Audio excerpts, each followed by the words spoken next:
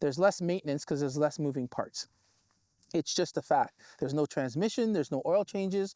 You have much less things to look after. The brakes will last 10 times longer because if you use your regen efficiently, you will never use your brakes as often. It's just a different understanding, and you're always going to be more efficient in an EV. And when you get used to it, I guarantee you, you'll enjoy that vehicle more. It'll smell less. It'll perform less pollution. It just does. So Cornell, tell us, thanks very much for coming. Thanks for having me. Tell us what you're driving right now, and did you buy it new or used, and how long have you had it? So right now I've got a Rivian R1T. I got it new 2 years ago. It's a 24.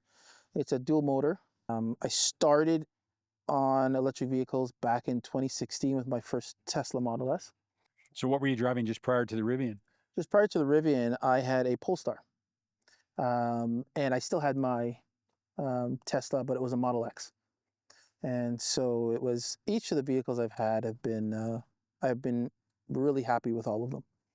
So 2016, so I would say you're similar to me, a pretty early adopter. Yes. So tell us about your journey back. When did you start thinking about buying an EV, and what were your concerns, and what was your experience as you got into an EV initially? I was concerned about a few things, being access to charging in the infrastructure out there, as opposed to, I wasn't concerned about home because I could plug it in at home. So I was always concerned about when I'm traveling, or if I decide to do it to travel, so how that would be. But we fared pretty well because we got in 2016, and that summer we went off to New Brunswick.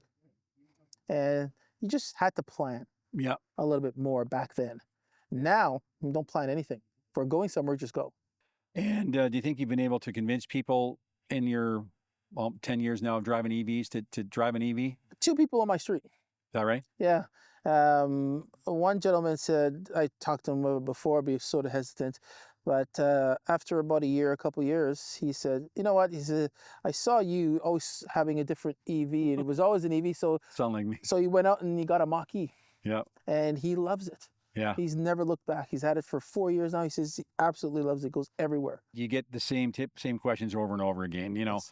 How long does the battery last? How far can you drive? I heard that they're no good in the winter. Yeah. How do you handle those kind of things? So I'm honest with you. I said the key thing with an electric vehicle is to understand how the battery system works. Understand how to look after the battery and how to make the car perform the way that you want to. And some of the critical things is you have to think about it a little bit. So in the winter time, I said, you can get your range in the winter. I said, you will lose some range, but you lose range in your gas car too.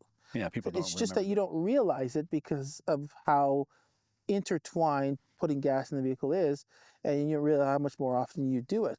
So, but if you happen to be fortunate and you park in a garage, if you have a garage, you park in the garage, or if you park outside in the cold, make sure the car's plugged in at night, and use the app and preheat the vehicle before you leave in the morning.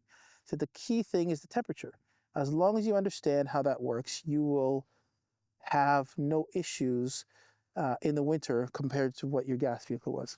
Yeah, most people don't realize that you can plug the car in at night, have it fully charged when you leave, precondition it, as you said, in the morning, so that not only is the car warm, so you've got heat for yourself, but the battery's warm. Yeah. You have full regen, which is is recapturing the energy back into the battery. Yeah. And it's just changing your mind just a little. It's not a whole reorganization of your life, just changing your mind a little for a couple of things, and to understand a couple of things. And it'll be smooth.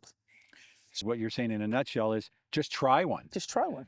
People they think of all the reasons why they don't want an EV or why it won't work for them, but they've never driven one, or they've never really been in one in many cases. So basically that's what we say. And the one thing I would suggest is, if you want to know about what it's like, the last person to ask about what an EV is like to live with is somebody who doesn't live with an EV. Right. You always pay less for your electricity after 7 p.m., as we all know. So you can tell the vehicle to only charge after 7. And once it charges after 7, you're getting your lowest rate. There's no equivalency to the amount you pay in gasoline compared to the amount the electricity is going to cost you to go the same distance.